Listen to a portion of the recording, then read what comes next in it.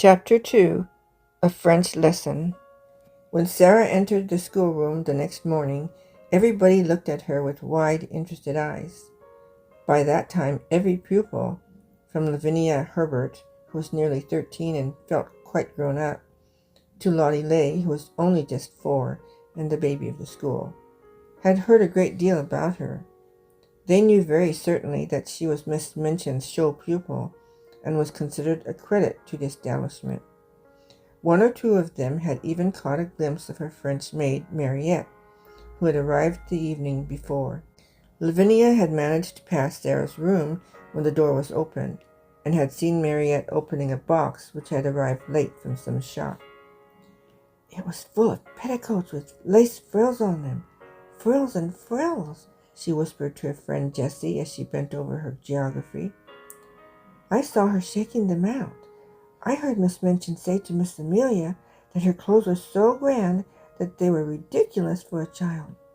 My mamma says that children should be dressed simply. She has got one of those petticoats on now. I saw it when she sat down. She has silk stockings on, whispered Jessie, bending over her geography also. And what little feet! I never saw such little feet. Oh, sniffed Lavinia spitefully. That is the way her slippers are made. My mamma says that even big feet can be made to look small if you have a clever shoemaker. I don't think she is pretty at all. Her eyes are such a queer color. She isn't pretty as other pretty people are, said Jessie, stealing a glance across the room. But she makes you want to look at her again.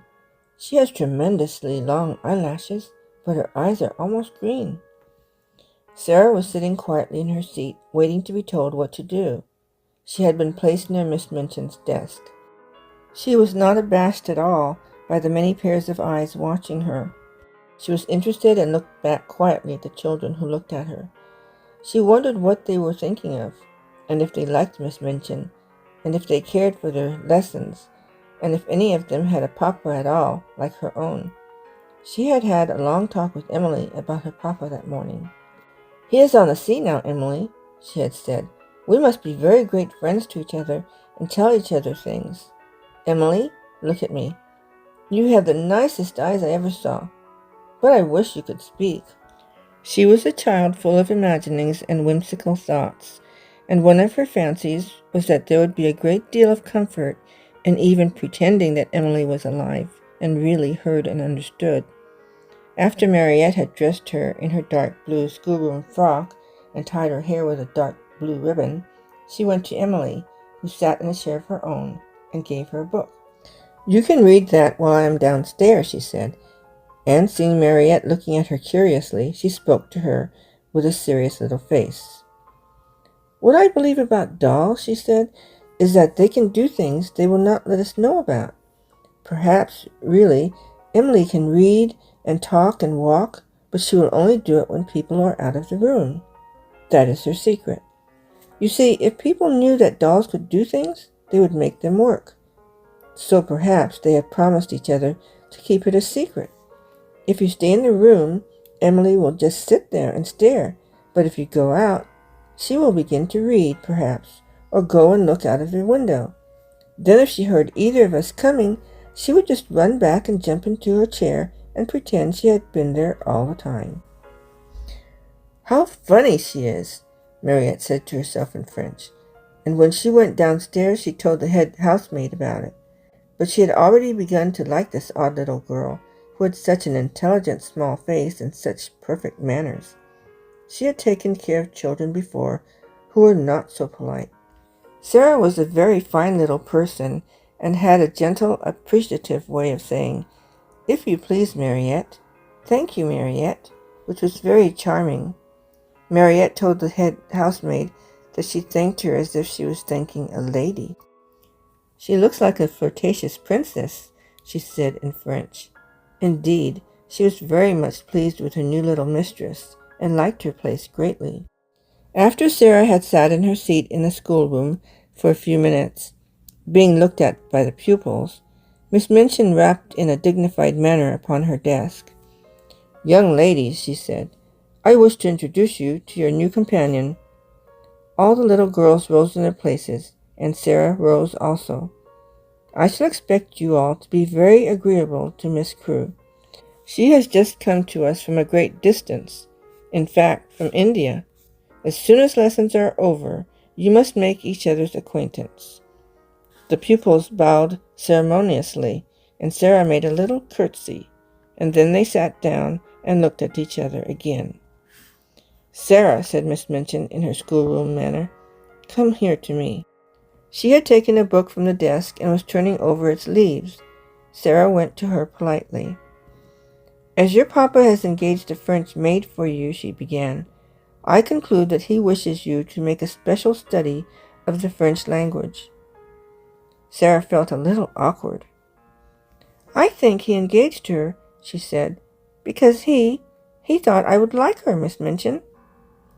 "I am afraid," said Miss Minchin, with a slightly sour smile, "that you have been a very spoiled little girl, and always imagine that things are done because you like them. My impression is that your papa wished you to learn French."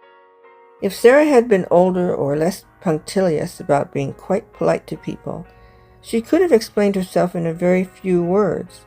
But, as it was, she felt the flush rising on her cheeks. Miss Minchin was a very severe and imposing person, and she seemed so absolutely sure that Sarah knew nothing whatever of French that she felt as if it would be almost rude to correct her. The truth was that Sarah could not remember the time when she had not seemed to know French. Her father had often spoken it to her when she had been a baby. Her mother had been a Frenchwoman, and Captain Crewe had loved her language, so it happened that Sarah had always heard and been familiar with it. I have never really learned French, but, she began, trying shyly to make herself clear. One of Miss Minchin's chief secret annoyances was that she did not speak French herself, and was desirous of concealing the irritating fact. She therefore had no intention of discussing the matter and laying herself open to innocent questioning by a new little pupil. "That is enough," she said with polite tartness. "If you have not learned, you must begin at once. The French master, Monsieur Defarge, will be here in a few minutes. Take this book and look at it until he arrives." Sarah's cheeks felt warm. She went back to her seat and opened the book. She looked at the first page with a grave face. She knew it would be rude to smile, and she was very determined not to be rude. But it was very odd to find herself expected to study a page which told her that le père meant the father and la mère meant the mother. Miss Minchin glanced toward her scrutinizingly. "You look rather cross, Sarah," she said. "I am sorry you do not like the idea of learning French." "I am very fond of it," answered Sarah, thinking she would try again. "But—" "You must not say 'but' when you are told to do things," said Miss Minchin. "Look at your book again." And Sarah did so, and did not smile, even when she found that le fils meant the son, and le frère meant the brother. "When Monsieur Defarge comes," she thought, "I can make him understand." Monsieur Defarge arrived very shortly afterward. He was a very nice, intelligent, middle-aged Frenchman, and he looked interested when his eyes fell upon Sarah, trying politely to seem absorbed in her little book of phrases. "Is this a new pupil for me, madame?" he said to Miss Minchin. "I hope that is my good fortune." "Her papa, Captain Crewe, is very anxious that she should begin the language, but I am afraid she has a childish prejudice against it. She does not seem to wish to learn," said Miss Minchin. "I am sorry of that, mademoiselle," he said kindly to Sarah. "Perhaps when we begin to study together, I may show you that it is a charming tongue." Little Sarah rose in her seat. She was beginning to feel rather desperate, as if she were almost in disgrace. She looked up into Monsieur Defarge's face with her big green-gray eyes, and they were quite innocently appealing. She knew that he would understand as soon as she spoke. She began to explain quite simply in pretty and fluent French. Madame had not understood. She had not learned French exactly, not out of books, but her papa and other people had always spoken it to her, and she had read it and written it as she had read and written English. Her papa loved it, and she loved it because he did. Her dear mamma, who had died when she was born, had been French. She would be glad to learn anything Monsieur would teach her, but what she had tried to explain to Madame was that she already knew the words in this book, and she held out the little book of phrases. When she began to speak, Miss Minchin started quite violently and sat staring at her over her eyeglasses, almost indignantly, until she had finished. Monsieur Defarge began to smile, and his smile was one of great pleasure. To hear this pretty, childish voice speaking his own language so simply and charmingly made him feel almost as if he were in his native land, which in dark, foggy days in London sometimes seemed worlds away. When she had finished, he took the phrase book from her with a look almost affectionate, but he spoke to Miss Minchin. "Ah, Madame," he said, "there's not much I can teach her. She has not learned French. She is French. Her accent is exquisite." "You ought to have told me," exclaimed Miss Minchin, much mortified, turning on Sarah.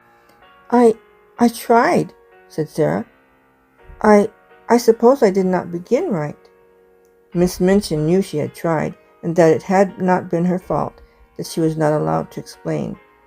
And when she saw that the pupils had been listening and that Lavinia and Jessie were giggling behind their French grammars, she felt infuriated. "Silence, young ladies," she said severely, rapping upon the desk. "Silence at once." And she began from that minute to feel rather a grudge against her show pupil.